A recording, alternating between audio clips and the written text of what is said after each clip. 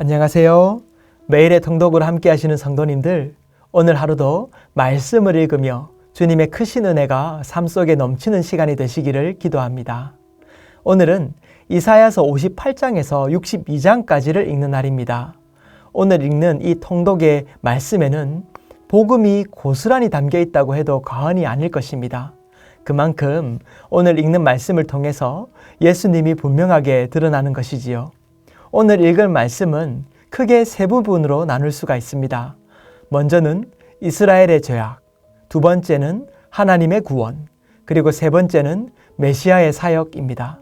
오늘은 58장부터 읽어 나갈 것인데 이 세 부분을 염두에 두고 읽으신다면 아마 크게 무리 없이 은혜 가운데 있게 되리라고 생각이 됩니다. 먼저 58장에서 59장에서는 이스라엘의 죄악을 기록하고 있습니다.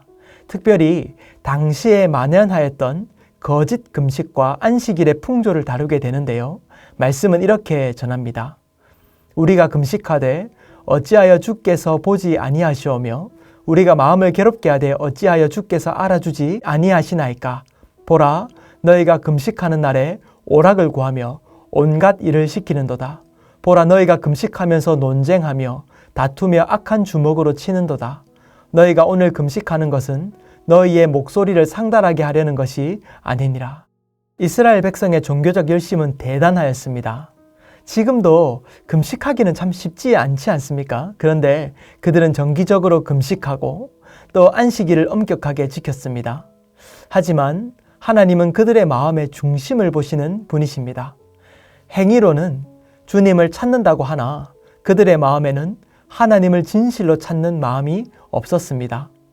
그들이 금식하는 것은 자기 만족이고 또 다른 이들의 시선 때문이었습니다.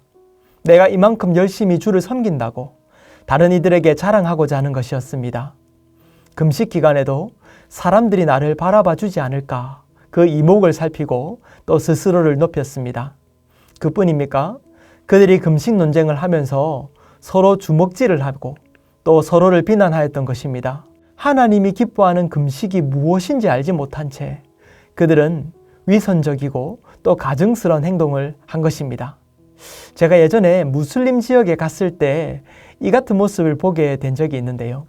그 지역의 많은 분들은 그 이마가 이렇게 여기가 새카맣게 멍이 들어있거나 또 굳은 살이 박혀 있었습니다. 그래서 제가 왜 저렇게 이마에 멍이 들고 굳은 살이 박혀 있나 라고 그곳에 계신 선생님께 물었더니 그들의 종교심을 다른 이들에게 보이기 위해서 그렇게 한다는 것입니다. 이렇게 절을 하는 사람도 있겠지만 대부분은 이마가 멍이 들게 하고 또 이것을 긁어가지고 막 굳은 살이 박힌 것처럼 만드는 것입니다. 그렇게 해야 사람들로 하여금 야, 저 사람 절을 많이 하는구나. 저만큼 종교심이 깊구나 라고 생각하게 하고 또 자기도 자랑을 하는 것이지요. 이런 모습이 아마 당시의 모습이 아니었나 생각해 봅니다. 저는 이 모습들을 보고 말씀을 보면서 우리의 모습을 고민해 보지 않을 수 없었습니다. 우리의 신앙생활에서도 정말 중요한 것은 무엇입니까? 그것은 하나님을 경외하고 하나님만을 바라보는 마음입니다. 우리가 예배를 드리고 또 금식을 하고 기도를 하는 것은 오직 하나님 한 분만을 더욱 바라보고 섬기기 위해서지요. 사람들에게 인정을 받고 사람들에게 박수를 받기 위한 것이 아닙니다. 사람들을 바라보고 박수를 받기 위해서 신경을 쓴다면 서로 다투게 되고 내가 높니 네가 높니 이렇게 하면서 싸우게 되지 않겠습니까? 우리는 우리의 마음을 오늘 점검해 보면 좋겠습니다. 나는 진실로 하나님만을 섬기고 있는가? 우리는 순결한 마음으로 하나님만을 온전히 바라보는 그러한 믿음의 사람이 되어야 할 것입니다. 하나님이 원하시는 금식은 무엇입니까? 내가 기뻐하는 금식은 흉악의 결박을 풀어주며 멍에의 줄을 끌어주며 압제당하는 자를 자유하게 하며 모든 멍에를 꺾는 것이 아니겠느냐. 주님은 그렇게 위선적인 그들을 향해서 하나님이 진정 원하시는 것이 무엇인지를 알려주십니다. 하나님을 바라보는 자, 하나님을 섬기는 자를 찾으시는 것입니다.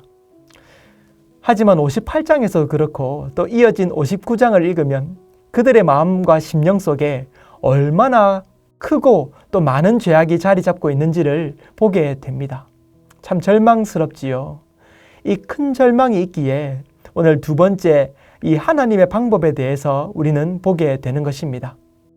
두 번째는 59장 14절부터 60장까지의 이 말씀인데요.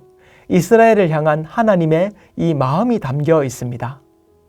하나님께서는 죄악 가운데 거하는 그들, 또 스스로의 힘으로는 구원받을 수 없는 그들을 향한 안타까운 마음을 드러내십니다. 그리고 이렇게 말씀하십니다. 여호와께서 이를 살피시고 그 정의가 없는 것을 기뻐하지 아니하시고 사람이 없음을 보시며 중재자가 없음을 이상히 여기셨으므로 자기 팔로 스스로 구원을 베푸시며 자기의 공의를 스스로 의지하사. 먼저 오늘 말씀을 보면 하나님은 그들을 살피십니다. 그리고 중재자가 없음을 안타까워하시지요. 누구도 이 하나님의 공의와 진노에서 중재할 이는 없을 것입니다. 오직 하나님만이 구원을 성취하실 수 있는 유일한 분이시지요. 말씀은 그렇기에 그분이 스스로 중재자가 되어 구원을 베푸심으로 공의를 스스로 의지하는 그러한 것이다 라고 말합니다. 그 방법이 무엇입니까? 이어지는 말씀을 통해서 드러나는데요. 여호와의 말씀이니라. 구속자가 시온에 임하며 야곱의 자손 가운데에서 죄가를 떠나는 자에게 임하리라. 하나님께서 구속자를 보내주신다는 것입니다. 죄악이 많고 연약한 그 야곱의 자손을 통해 구속자를 보내신다는 것이지요.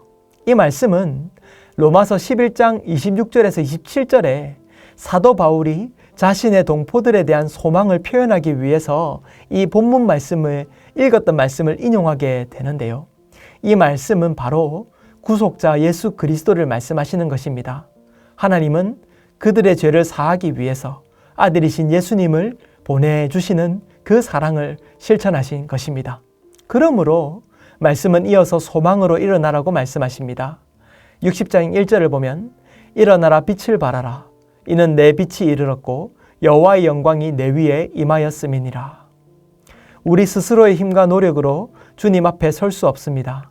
나의 모습을 볼 때는 소망이 없지만 하나님의 방법이신 예수님을 바라보면 소망이 있는 것입니다. 우리는 이 말씀을 읽으면서 예수님을 보내신 그 하나님의 마음을 볼 수 있어야만 할 것입니다.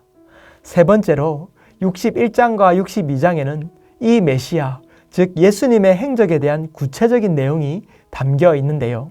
예수님이 오시면 어떤 일을 하십니까? 말씀은 전합니다. 주 여호와의 영이 내게 내리셨으니 이는 여호와께서 내게 기름을 부으사 가난한 자에게 아름다운 소식을 전하게 하려 하심이라. 나를 보내사 마음이 상한 자를 고치며 포로된 자에게 자유를, 갇힌 자에게 노임을 선포하며 여호와의 은혜의 해와 우리 하나님의 보복의 날을 선포하여 모든 슬픈 자를 위로하되 무릇 시온에서 슬퍼하는 자에게 화관을 주어 그 죄를 대신하며 기쁨의 기름으로 그 슬픔을 대신하며 찬송의 옷으로 그 근심을 대신하시고 그들이 의의 나무 곧 여호와께서 심으신 그 영광을 나타낼 자라 일컬음을 받게 하려 하심이라. 그들은 오래 항폐하였던 곳을 다시 쌓을 것이며 옛부터 무너진 곳을 다시 일으킬 것이며 황폐한 성읍 곧 대대로 무너져 있던 것들을 중수할 것이며. 이 말씀은 누가복음서 4장에서 예수님께서 사역을 시작하시며 이사야서의 말씀과 동일하게 이 말씀하신 내용인데요. 예수님이 바로 구속자, 그라고 알려주시는 것입니다. 그리고 예수님의 사역이 어떻게 펼쳐질지를 보여주시는 것이지요. 주님의 은혜의 해를 전파하십니다. 희년의 해를 선언하신 것입니다. 이 희년은 모든 것을 돌려주고 돌려받는 해를 의미하는데요. 이스라엘은 50년마다 희년을 맞이하게 되었는데 그때 포로된 자는 자유케 되고 땅을 잃었던 자는 땅을 찾고 새롭게 출발하는 것입니다.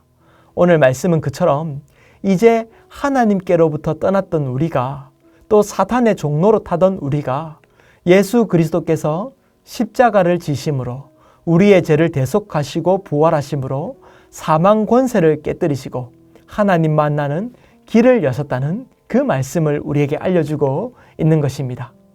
그러므로 누구든지 이 희년과 같이 주님을 믿기만 하면 삶이 자유케 되어지고 구원을 받는다는 약속이 주어진 것입니다. 사랑하는 성도 여러분, 저는 오늘 이사야서의 말씀을 읽으며 나를 구원하신 예수님의 은혜를 다시금 기억하고 감격하는 시간을 가졌습니다. 구약인데 이 구약의 메시지가 오실 메시아를 얼마나 정확하게 드러내고 있는지를 보게 되지 않았습니까? 이미 이 은혜의 시대를 살고 있는 우리는 이 말씀을 통하여 예수님을 더욱 깊이 바라보게 되는 것이지요. 절망 속에 있던 우리를 찾아오셔서 구원해 주신 그 하나님의 사랑을 기억하고 또한 이 희년의 때를 누리는 은혜의 삶을 기억하면서 감사하는 하루가 되었으면 합니다.